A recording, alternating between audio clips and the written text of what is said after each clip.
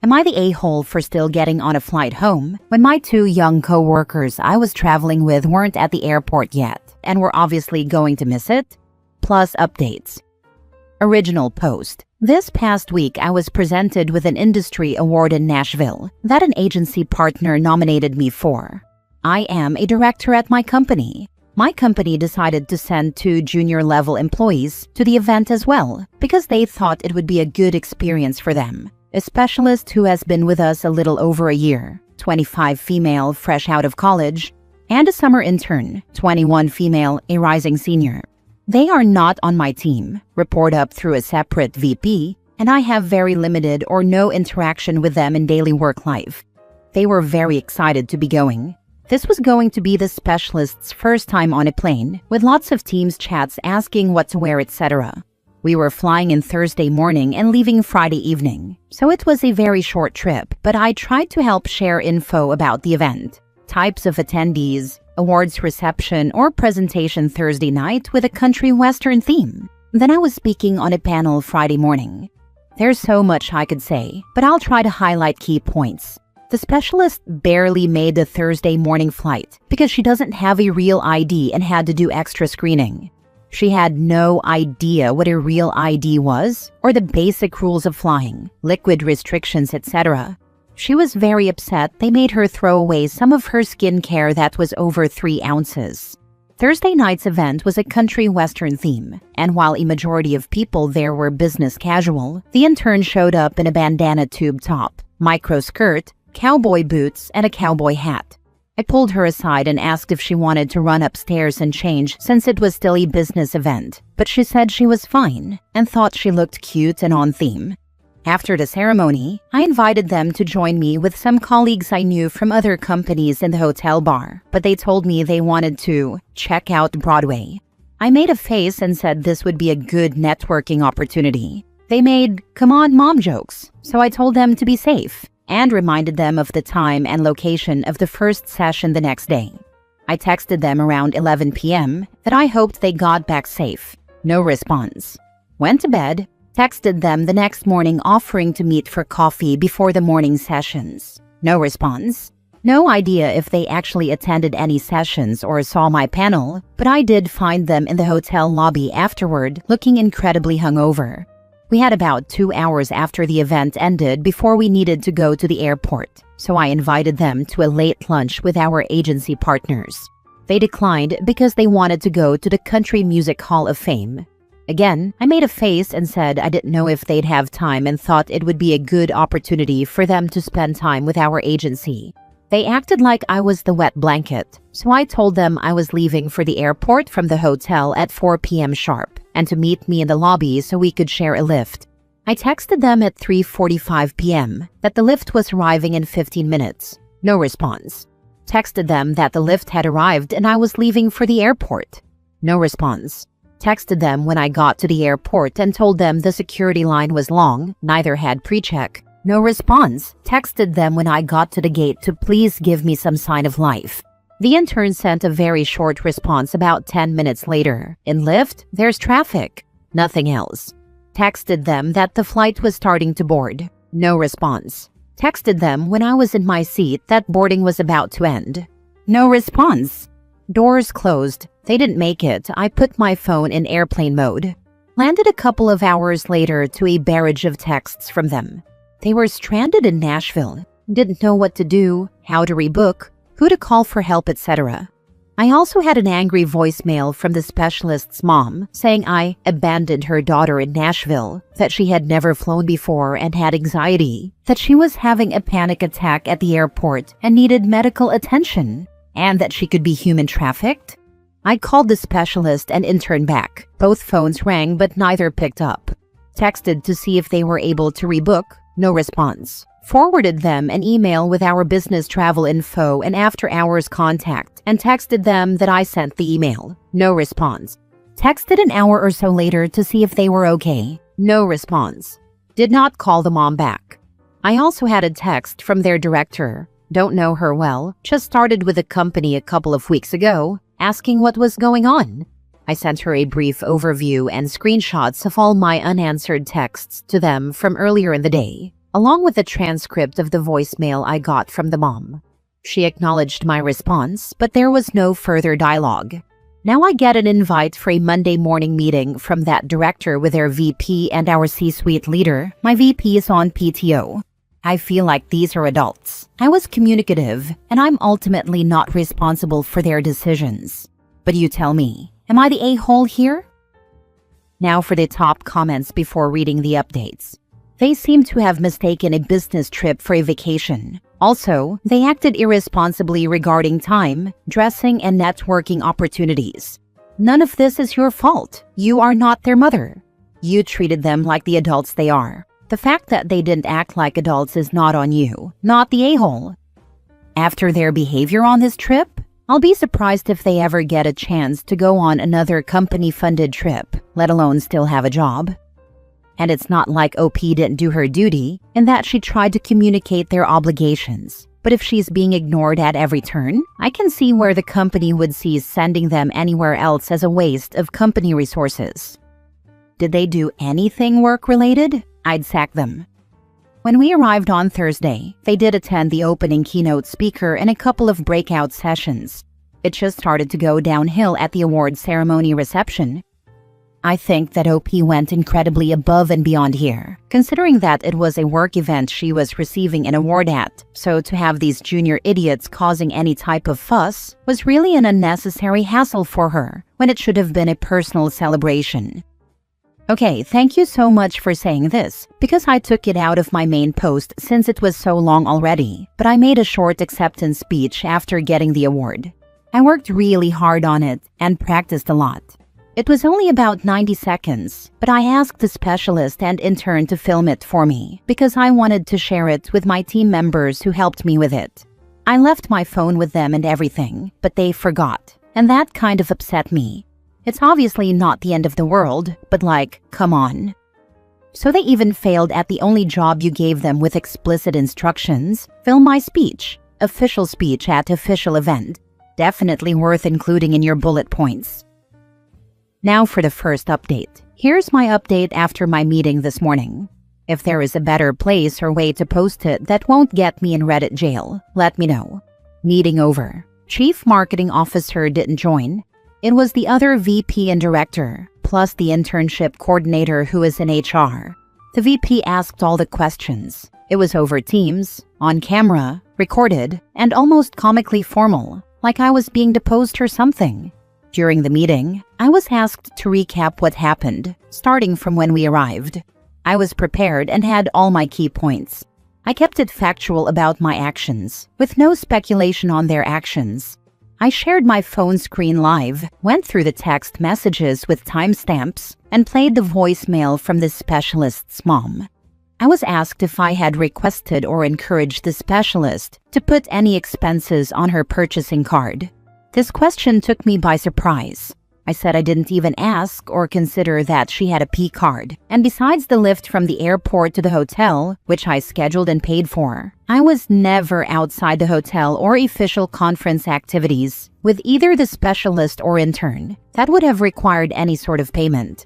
I did say I would consider it to be her line manager's responsibility to make sure she understood our travel and expense policies prior to traveling. I was asked if at any point I had reached out to anyone at the office about anything that was transpiring.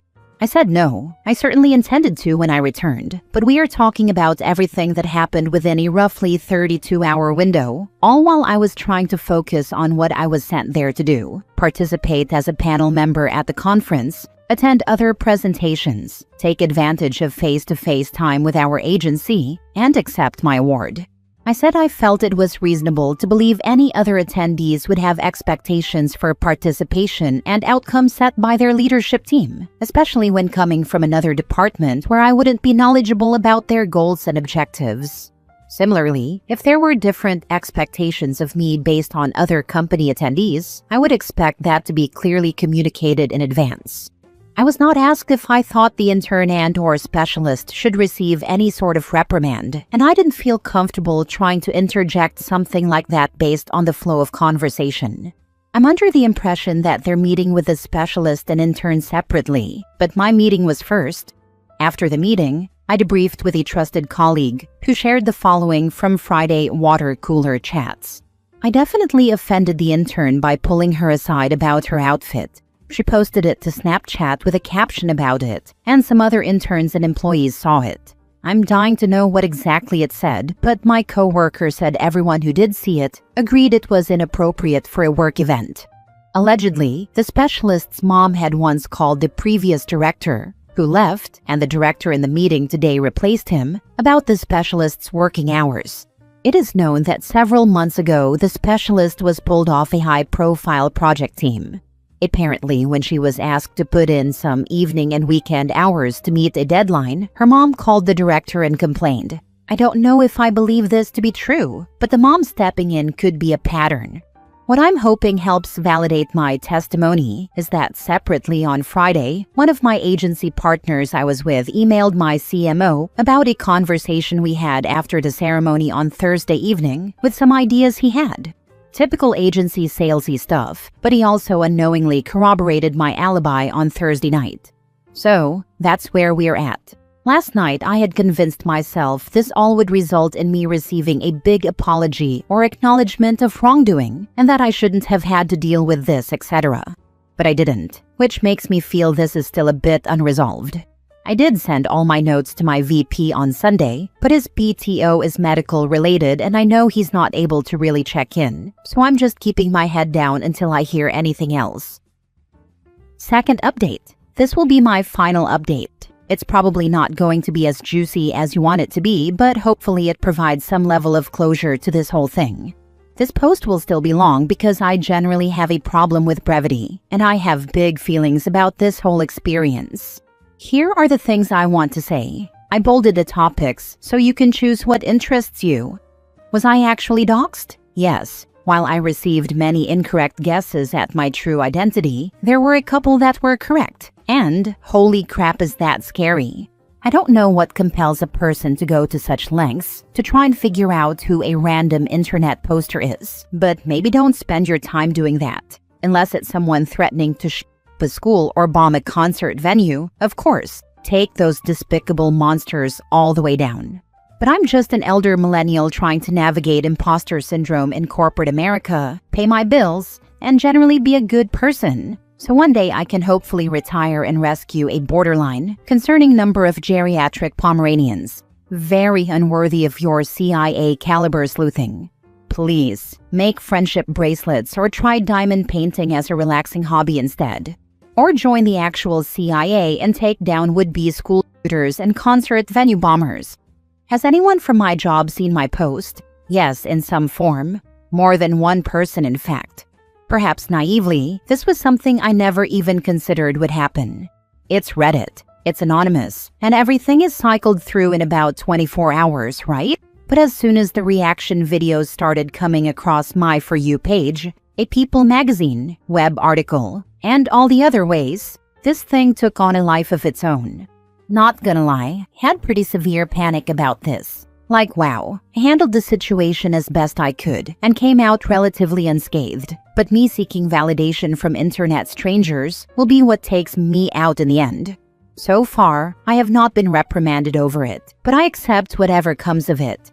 Not my most professional move to air out others, not most professional moves on the internet, and I will seek a healthier outlet in the future. Maybe I'll make friendship bracelets or try diamond painting. Will specialist and/or intern be fired? To my knowledge, they are both still employed, although today is the official last day for the entire summer intern cohort. I know how I would handle one of my team members if they did this, but I trust they would never, ever, ever, because they're sensible and smart and amazing, and probably reading this. But for these two, it's not up to me to decide. And while I take full accountability for bringing all gestures widely this on myself, I'm at a point where I would very much like to be excluded from this narrative within my actual place of work. In conclusion, for everyone who commented and sent such nice, supportive messages, thank you, sincerely. I did get some good advice, and I'm glad I could help you temporarily escape into someone else's work drama, provide HR training material for new employees on travel policies, Or maybe validate that whatever you did on your first work trip that creeps into your brain when you're trying to fall asleep at night wasn't actually that bad. I took the rest of the week off, which may seem like an overreaction, but sometimes weird stuff impacts you in ways you aren't prepared for. I'm going to use the time to rest, do a bit of reflection, and look at pictures of geriatric Pomeranians. I think I'm roughly the same age as OP, and I have been really taken aback by the number of people I've worked with who totally lack basic business etiquette. Yes, some things come with time, but others are just common sense, like a business trip is work, and should be treated with a similar attitude. Sounds like OP did the best possible thing to cover her butt, her job. I am a millennial too, was in my early 20s on my first business trip, and I was so afraid to do something wrong. I felt bad for going on a walk in the evening after every event was over LOL. And on my second trip, I was too afraid to use my company credit card to purchase some beer, while every other person was drinking wine and cocktails at an after-hours event. On my third trip, the boss himself spent a good amount on booze, and encouraged us to do it too, so no policy against it. I guess to this day, I'm one of the most well-behaved, cheapest employees my company ever sends on trips. I can't wrap my head around people misbehaving on company time when you're your company's representative. Last story. Am I the a-hole for refusing to swap dorms just because my roommate's boyfriend doesn't like me? I share a dorm with another girl, 18 female, and at first, things were fine. We weren't close, but we got along, splitting chores, watching a movie now and then. Then her boyfriend started coming over. At first, it was once or twice a week, which I didn't mind, but it quickly became every single day. He's here when I wake up, when I get back from class, and sometimes still here when I'm going to bed. He doesn't pay rent, doesn't help with anything, and clearly doesn't like me. I think it's because I don't flirt with him like some other girls do. He's made comments right in front of me like, "She's so uptight," or "I bet you've never had a boyfriend." Last week, my roommate told me he feels uncomfortable around me and asked if I could switch dorms so they could have more privacy. I said no, I pay rent just like she does, and I'm not moving because her boyfriend doesn't like me. She accused me of ruining her relationship, and now some mutual friends say I should move because they're in love. Since then, they've been whispering and laughing when I'm around, and I'll come back to find my stuff moved so they can take over the couch or table. I've been avoiding the dorm, but it's not right that I feel pushed out of my own home. I don't think it's fair for me to leave when I haven't done anything wrong. Am I the a-hole? Too bad, so sad. If the roommate cares that much about boy toy's comfort, she can leave. Honestly, that's how I feel too. If she's that worried about his comfort, maybe she should be the one packing. I'm not giving up my space just to make her boyfriend feel more at home than I do. Please find and speak to your RA. They can help you practice having a civil conversation with your roommate to resolve it among yourselves. If it ends up escalating, your RA already has an idea of what is going on to possibly mediate. Your roommate has the problem. If anyone is moving, she should move, but I'm guessing she thinks she will get a dorm room to herself. It won't happen. She will probably get a roommate like myself that barred my roommate's boyfriend from even coming to our room because he made me uncomfortable. Her boyfriend is firmly in the making you uncomfortable stage. Not the a-hole. You don't have to move. Screw them. And your roommate may be violating rules by having the boyfriend over all the time. Yep, I've actually started wondering if she's even allowed to have him over this much. It's gotten to the point where it feels like I have two roommates, and I never agreed to that. Not moving, they can deal. Talk to your RA or go higher up. He sounds like a creep.